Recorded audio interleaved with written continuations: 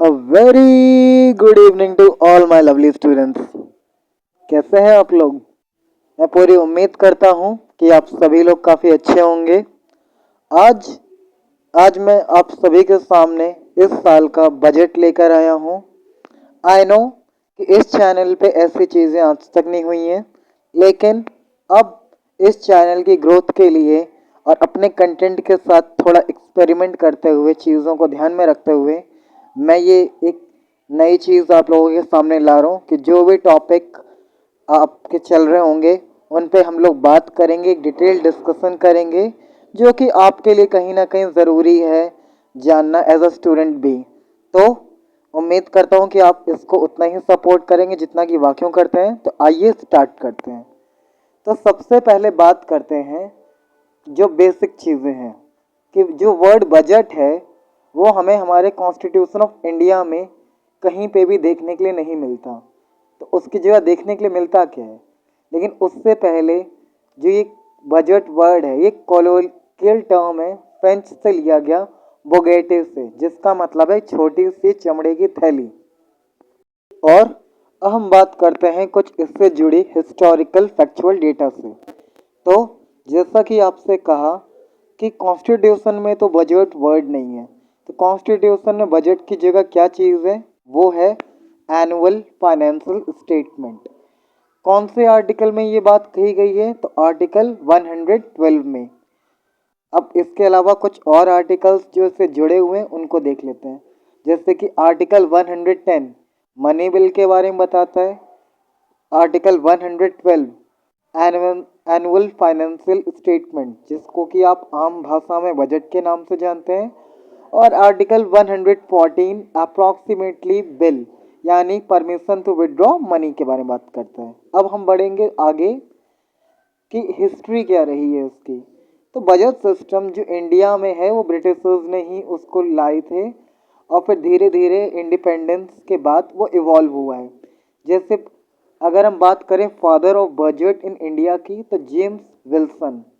साथ ही साथ ये कौन थे? ये ब्रिटिश इकोनॉमिस्ट थे। इन्होंने ही फरवरी 1860 में ब्रिटिश क्राउन के अंडर में बजट को प्रेजेंट किया था। इसके अलावा रिपब्लिक इंडिया का जो पहला बजट था वो जॉन मथाई ने दिया था। कब? 1950 में, जब हमारे देश में 1950 में संविधान को लागू कर दिया गया था। और फिर this budget famously include the planning commission for the first time. और फिर कहीं ना कहीं जो प्लानिंग कमीशन आए थे हर 5 साल में हमारे भारत देश में, उसमें इस बजट को जोड़ा गया था। ये थी बातें कुछ जो फैक्चुअल और स्टैटिक बात थी बजट को लेके। अब हम बात करेंगे जो बजट कल यानी कि 1 फरवरी 2026 को हमारे यहाँ पे आया है। तो चलिए उस पर थोड़ी बात कर लेते हैं। तो जैसा कि अभी आपको मैंने बताया कि जो आपका बजट है वो कल यानी रविवार को 1 फरवरी 2026 को आया। तो इससे पहले हम आगे बढ़ें, हम कुछ इस बार के बजट में क्या क्या बातें खास हुई उन पे चर्चा पहले करना ज़रूरी समझते हैं। तो आइए देखें। और वो बातें थी कि पहली बार जो बजट है वो आपके रविवार के दिन आया। दूसरी जानकारी कि निर्मला सीतारमन जो है ये बजट 9वीं बार, 9 टाइम्स पेश कर रही हैं, 9वीं बार। इससे पहले जो सबसे ज़्यादा बार बजट को पेश कर चुके हैं उनका नाम है मोरारजी देसाई। इस बार की बजट की स्पीच जो है वो 1 घंटे 25 मिनट दी गई है। और क्या खास है इस बार की बजट में? इस बार जो इन्होंने साड़ी पहनी थी निर्मला सीतारमण जी ने, वो कांचीवरम की साड़ी पहनी थी जो कि तमिलनाडु से है। और पिछली साल जब इन्होंने अपनी बजट की स्पीच दी थी तो उस वक्त इन्होंने मधुबनी साड़ी पहनी थी जो कि बिहार से संबंधित है। उम्मीद करता हूँ कि छोटे मोटे फैक्ट्स भी आपके बजट के लिए उतने ही इंटरेस्टिंग और इम्पॉर्टेंट होंगे। और अब हम बढ़ते हैं अपने उस बातचीत की तरफ जिसके लिए ये वीडियो बनाया जा रहा है। कि इस बार के बजट में क्या क्या बातें कही गई हैं, क्या क्या बातें खास हैं। तो आइए बिना वक्त को बर्बाद किए बढ़ते हैं आगे। तो यूनियन बजट 2026-2027, ये बजट 1 फरवरी 2026 को भारत की जो फाइनेंस मिनिस्टर निर्मला सीतारमण है, उन्होंने 3 कर्तव्यों के अराउंड रखा है। यानी इस बार की थीम क्या है? 3 कर्तव्य। और वो 3 कर्तव्य क्या क्या है, आइए देखते हैं। पहला कर्तव्य जो है एक्सेलरेटिंग द इकोनॉमिक ग्रोथ, कि हमारी जो आर्थिक व्यवस्था है उसकी ग्रोथ वृद्धि की जा सके, उसको बढ़ाया जा सके।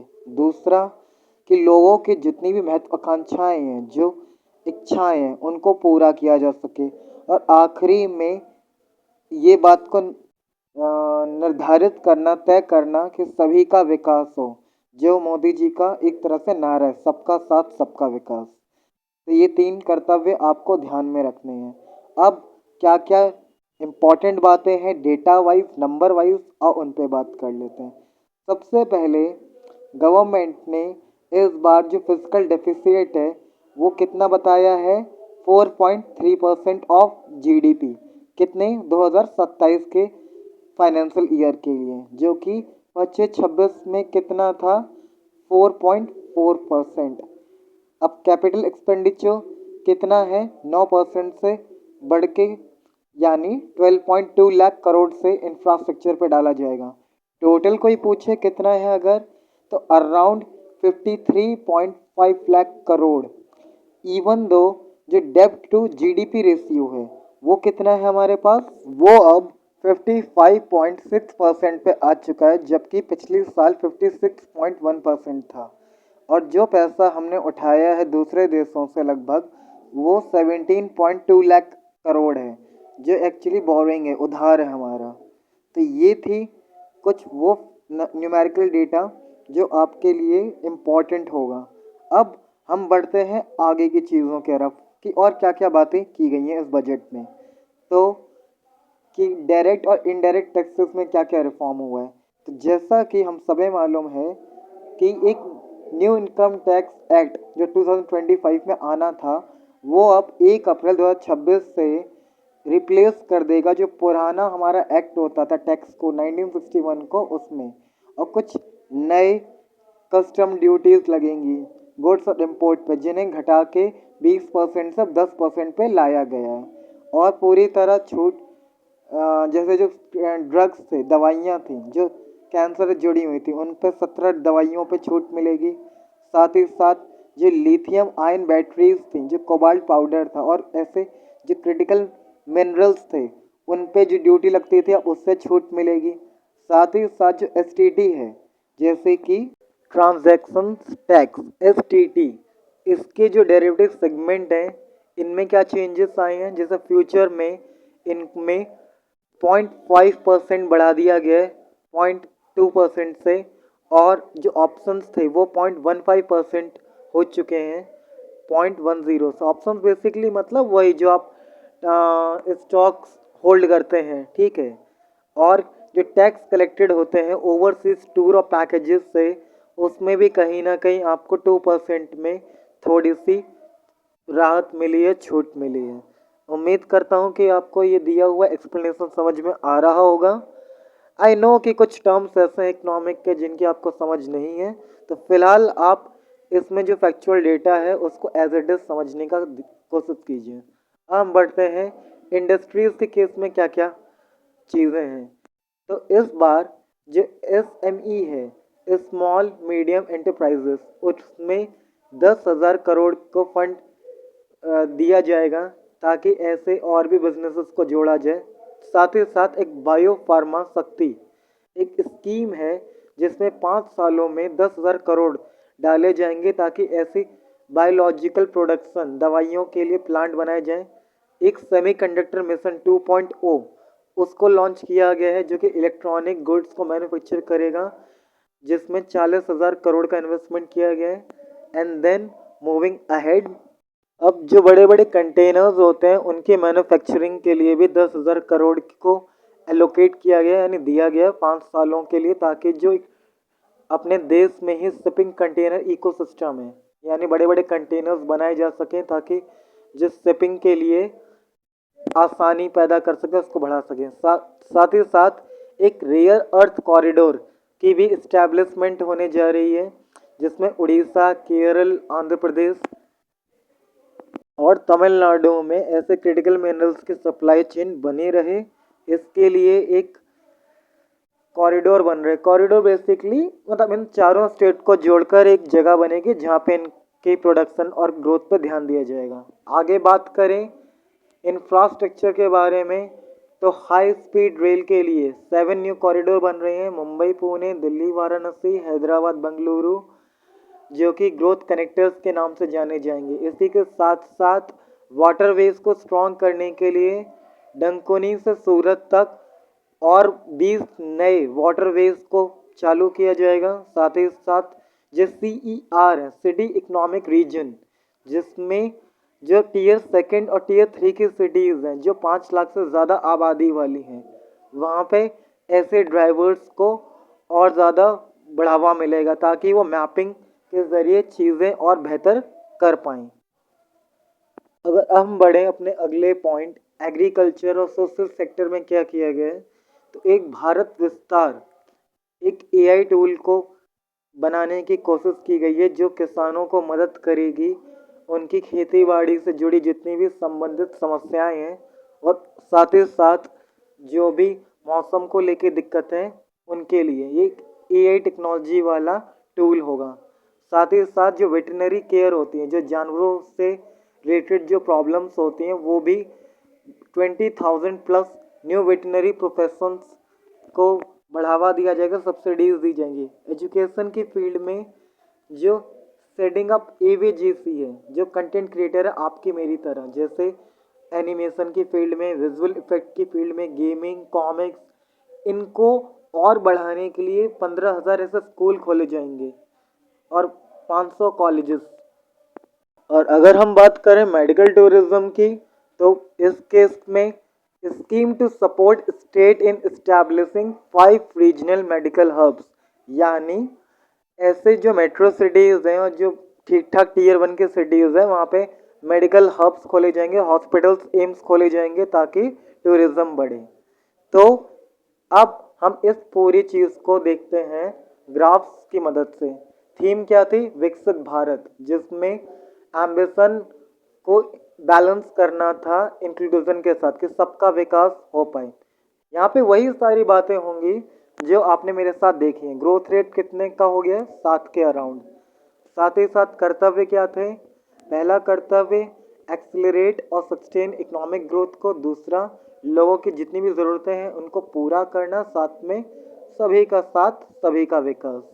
और सरकार का यहाँ कहना है कि वो लगभग 350 से ज़्यादा रिफॉर्म कर चुकी है चीज़ों को ठीक करने के चलते।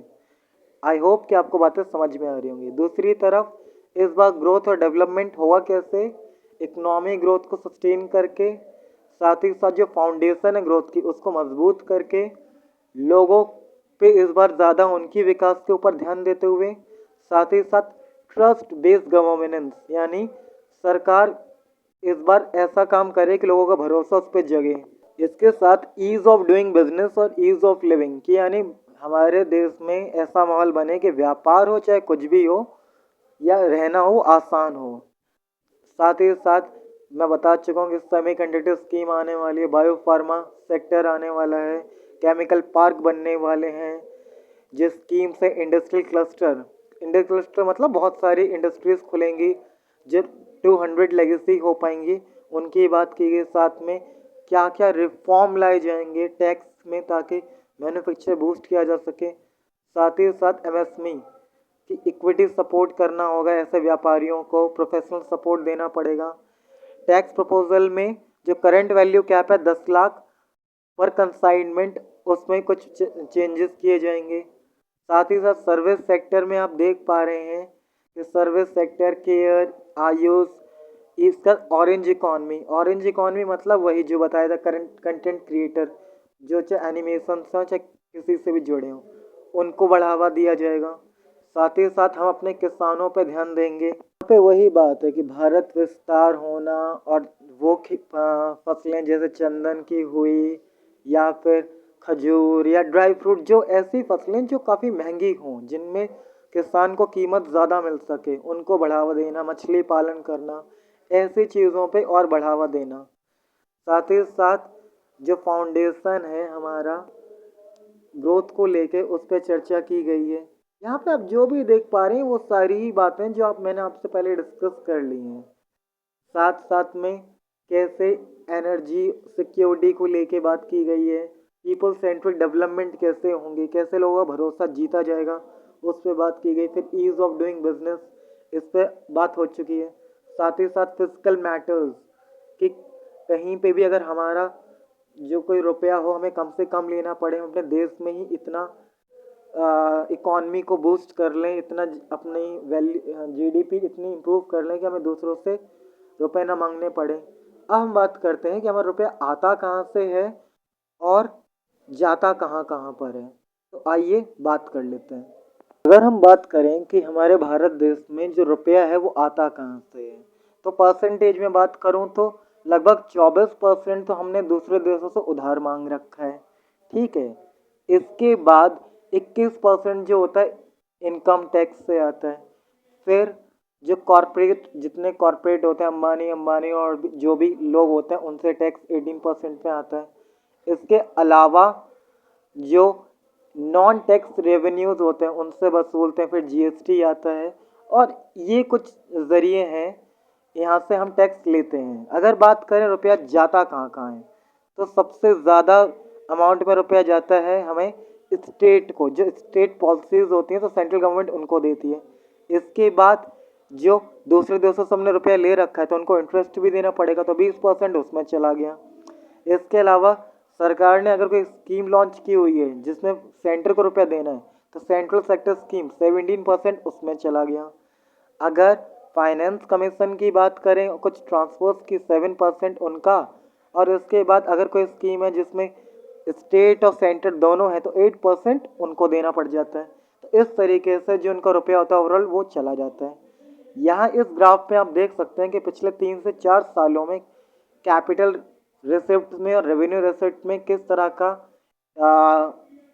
ग्रोथ और किस तरह का एक्सपेंडिचर दोनों हो पाए हैं। ओके, और अगर आपको ये ग्राफ ना भी समझ में आए तो इतना ज़्यादा लोड नहीं लेना, ऐसा नहीं कि आपको अभी यूपीएससी क्रैक करना है। बस आप ये देख लीजिए कि भले ही कागज़ों में ही सही, लेकिन धीरे धीरे हमारी ग्रोथ हो तो रही है। इस वक्त हम 7.7% इकॉनमी पे आ चुके हैं। ज़्यादातर हमारा खर्चा कहाँ पे हो रहा है? ट्रांसपोर्ट में। ओके, 5,98,520 करोड़ डिफेंस में, फिर रूरल डेवलपमेंट में, फिर होम अफेयर में, और इस तरह से। तो ये था आज आपका वीडियो बजट के ऊपर। उम्मीद करता हूँ कि आपको ये मेरा उठाया पहला कदम अच्छा लगा होगा। अगर पसंद आए तो इस चैनल को प्लीज़ सब्सक्राइब कीजिए और ज़्यादा से ज़्यादा लोगों तक पहुँचाइएगा। और कोई भी आपको इसमें प्रॉब्लम आई हो या कुछ भी सजेशन आपको देना हो तो ज़रूर दीजिएगा। आपके इंतज़ार रहेगा आपके कमेंट का। जय हिंद, जय भारत।